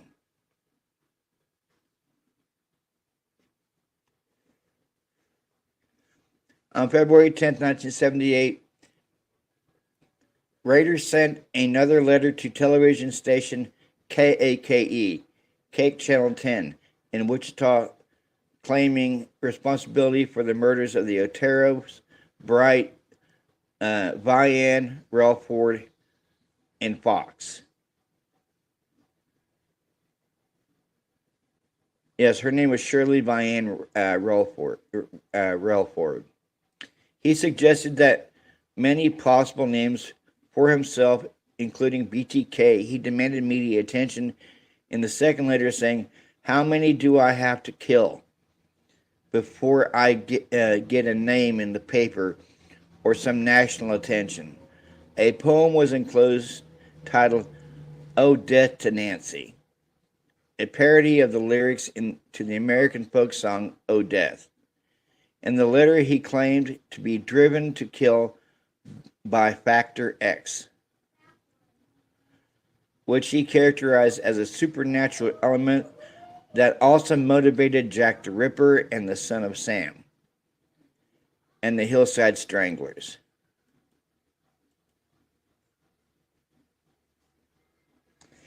He also asked for the police to send him a hidden message in response, and with the knowledge that Rader watched Cake, police decided to flash a subliminal message during one of the station's evening newscasts. For a split second, the message stated, now called the Chief, and featured a drawing of an upside-down pair of glasses, which were found at Nancy Jo Fox's crime scene. They hoped the message would influence Rader to turn himself in, but it was unsuccessful. During this time, Rader also intended to have killed others, such as 63-year-old Anna Williams, who died in 1979.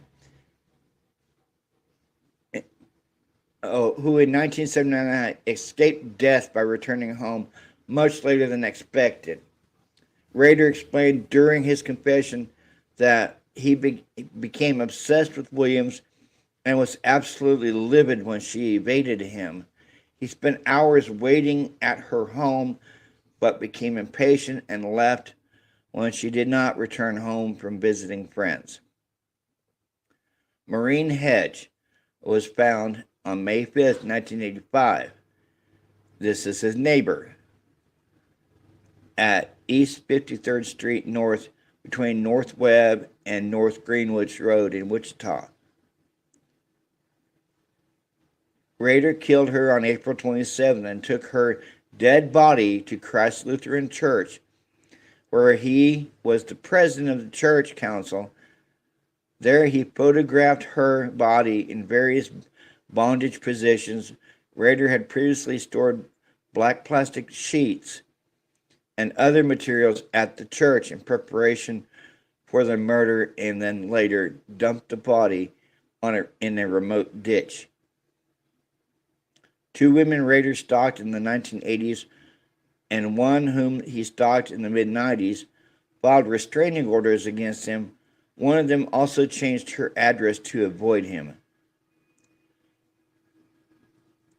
On September 16, 1986, Rader strangled 28-year-old Vicki Lynn Wagerly to death with a nylon stocking at her home in Wichita.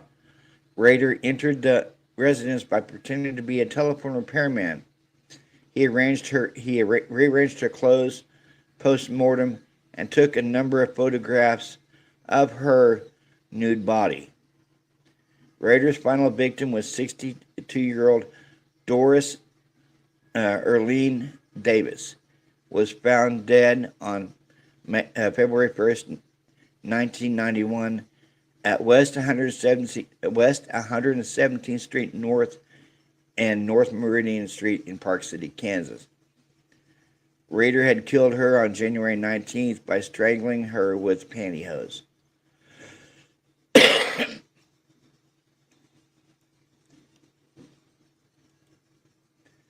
He is really a sick and twisted individual, guys.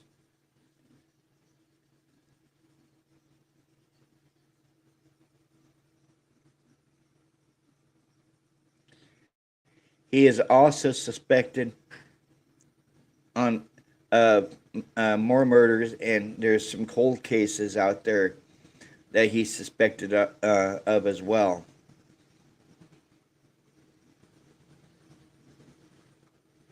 There's investigations going on in Nebraska, Missouri, Colorado, Oklahoma, and Texas.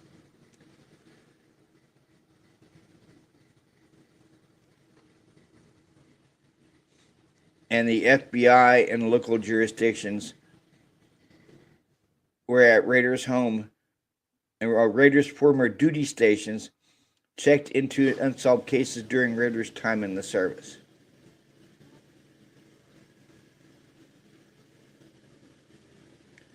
After exhaustive investigations, none of these agencies discovered any further murders attributable to Rader, supporting early suspicions that Rader would have taken responsibility for any additional murders that he had committed.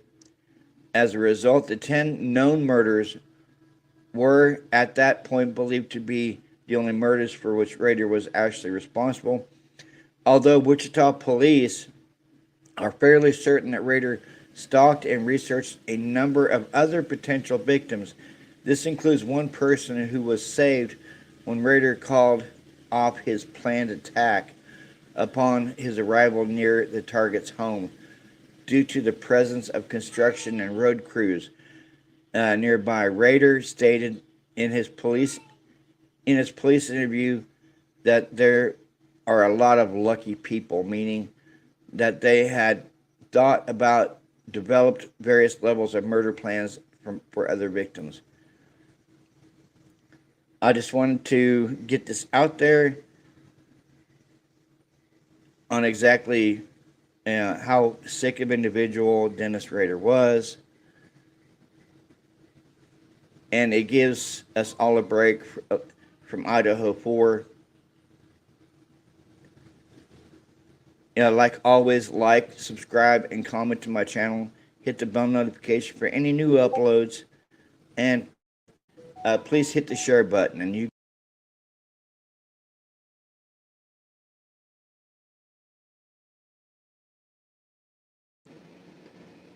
well, what do you think?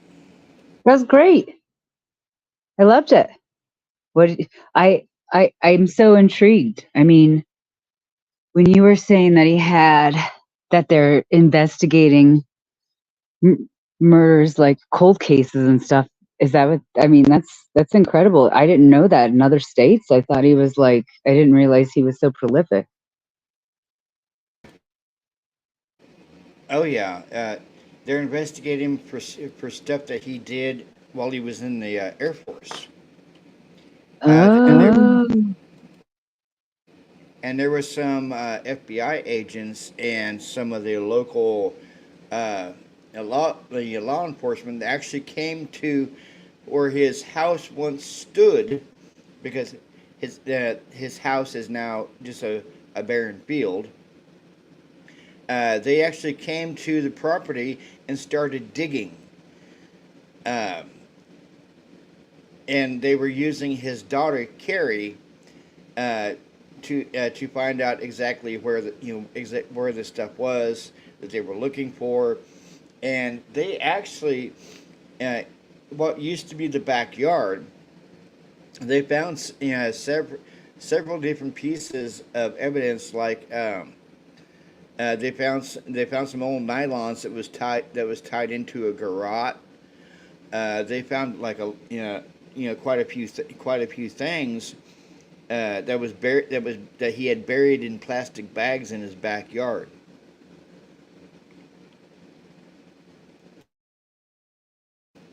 Before he ever got caught. terrifying. That's terrifying.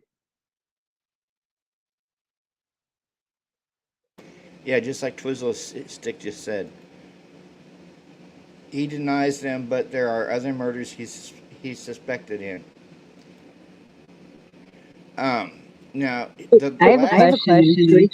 Yeah. Robert, why do you and Twiz and chat? Why do you guys think he would deny them? Like, he's already on death row, right? Like, I mean, it's not like he's getting out of prison anytime soon. No, he got 10 consecutive life sentences. So you'd think he'd be like,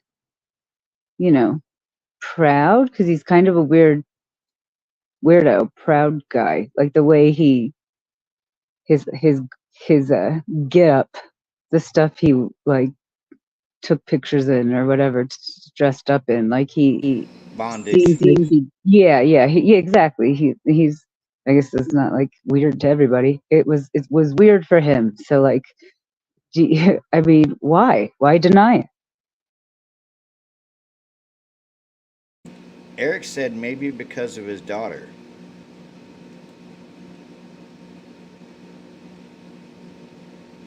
Good point, Eric.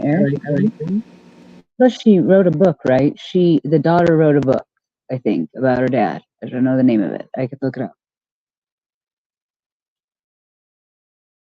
Twizzle says he actually tells why they weren't his. The MO is not the same. Oh, so like maybe it's not even him anyway? There's another killer? It could be a copycat. It could be. That's scary. Like somebody they've never caught.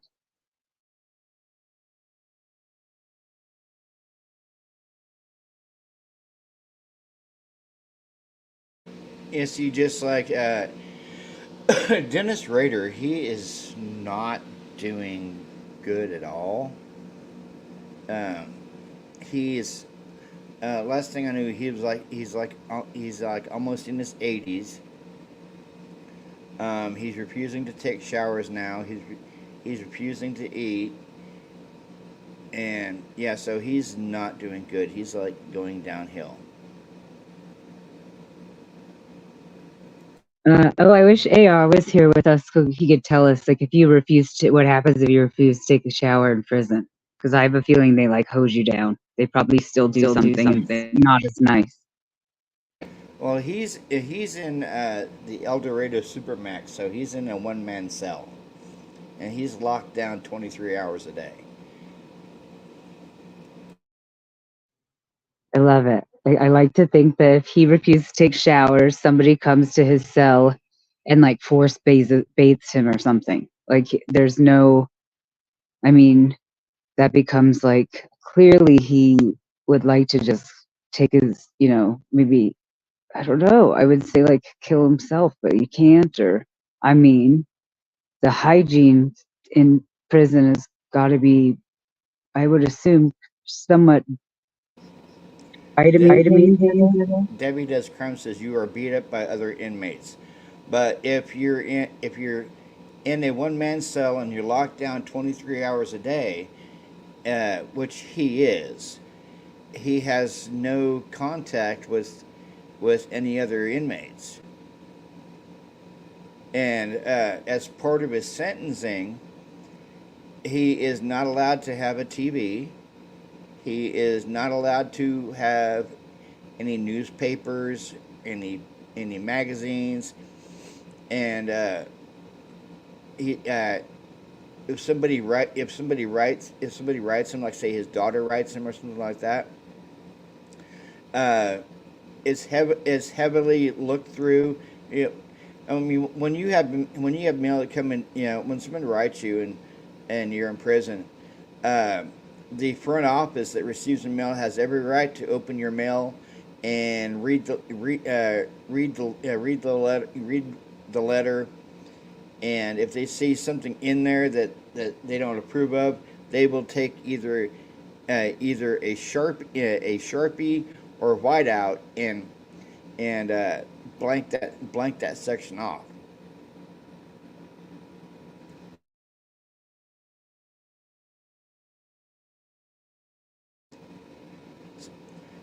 So you're very monitored in prison. Uh, you're monitored on your phone calls. They can record your phone calls. The only thing that they don't do is they don't go through outgoing mail, but they do go through incoming mail.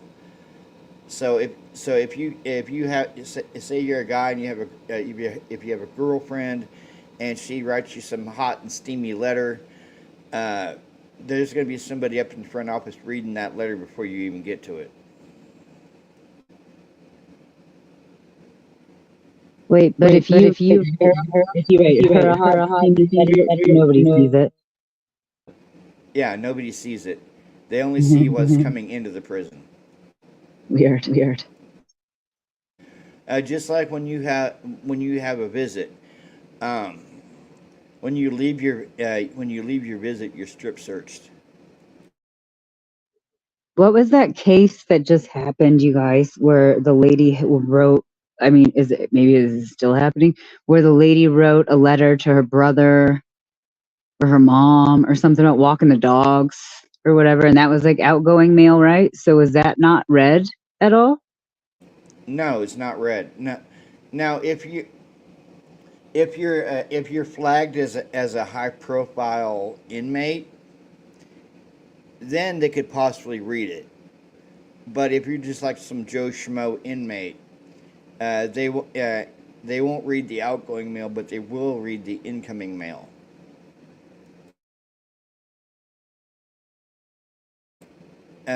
Heather said Utah.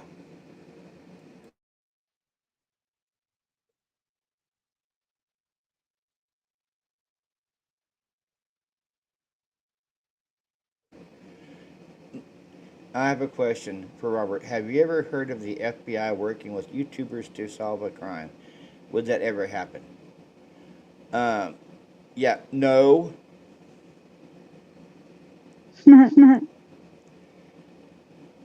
The FBI will not reach out to a YouTuber unless the YouTuber reaches out to the FBI. But I think I know what you're talking about. And the answer is no.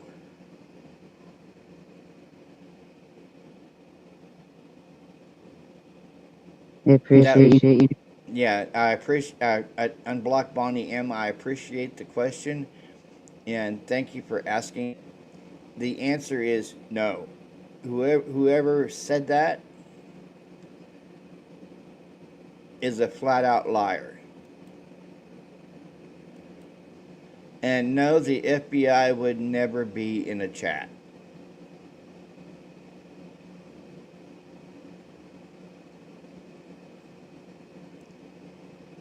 Again, flat out liar.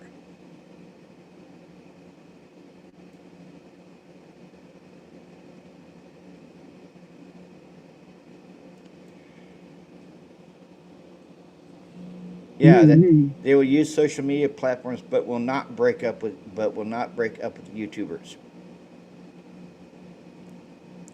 Twizzle Stick says FBI totally be in chats.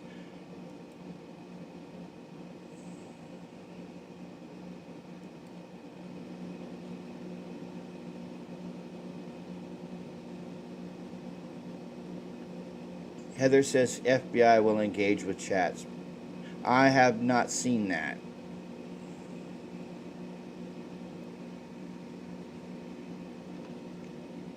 Yeah, I have not. Yeah, there ain't no FBI. Yeah. Like PR is likely. Who's PR? Like PR is likely FBI.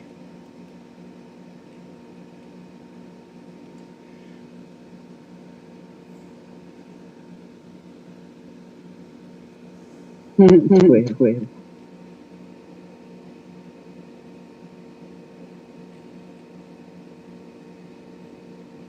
Yeah, it's true. I do think that the FBI. I don't think you would know. You would probably not have any idea.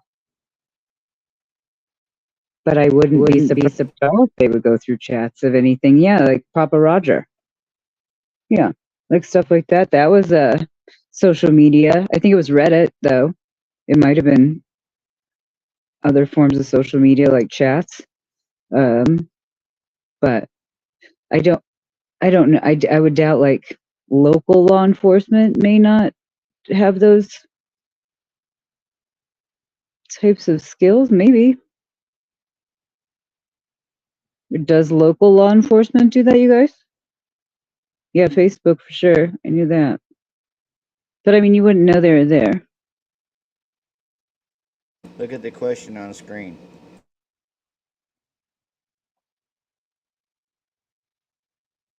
No, yeah, YouTubers are not special agents. That doesn't happen, no. Yeah.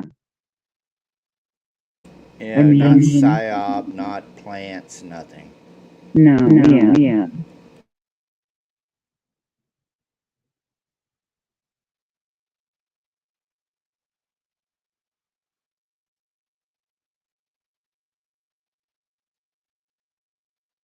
Oh, when you're educated, yeah, too fast for fleas.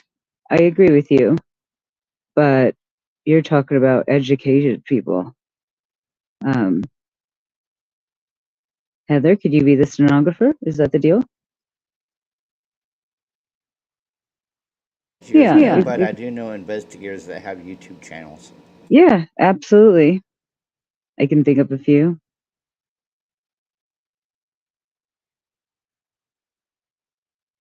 Debbie does crime. No, FBI does not get YouTubers to work with them.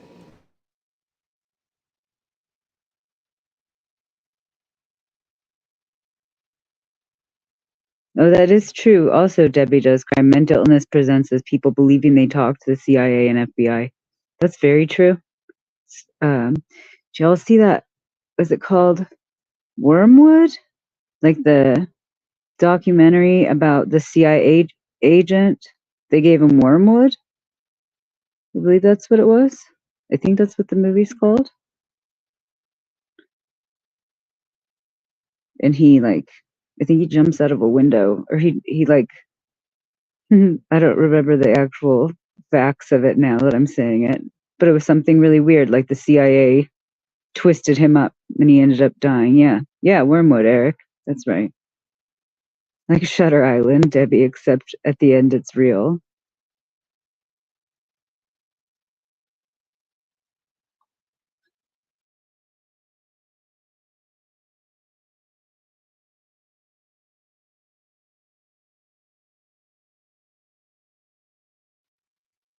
Have you seen that movie, Robert? You should check it out. I think it's on Netflix. I got Max and I watched it last night. A very weird movie. Oh, you did watch it last night? Isn't it interesting though? You know what's interesting about the way they film it is it still could be stories. It still could be not true. Yeah, Tanel says wormwood LSD.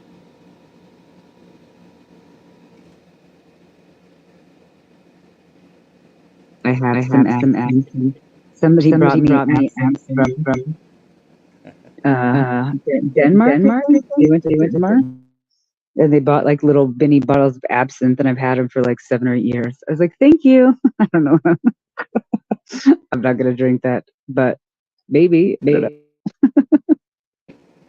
All right, we've been live for 2 hours and 8 minutes. I think it's time to wrap up this live, and it was an awesome live, was it not, chat? I had fun with you guys today. I always have fun talking to you, Robert. Oh, thank you. All right, Sophie, stick around after the stream for a minute. Okay. All right. Bye, everybody. Yeah, thank you guys for wonderful questions, and I hope I answered some of your questions. You guys have a good night, and I'm gonna be hopefully dropping some more content tomorrow, the next day. But until then, peace out, guys.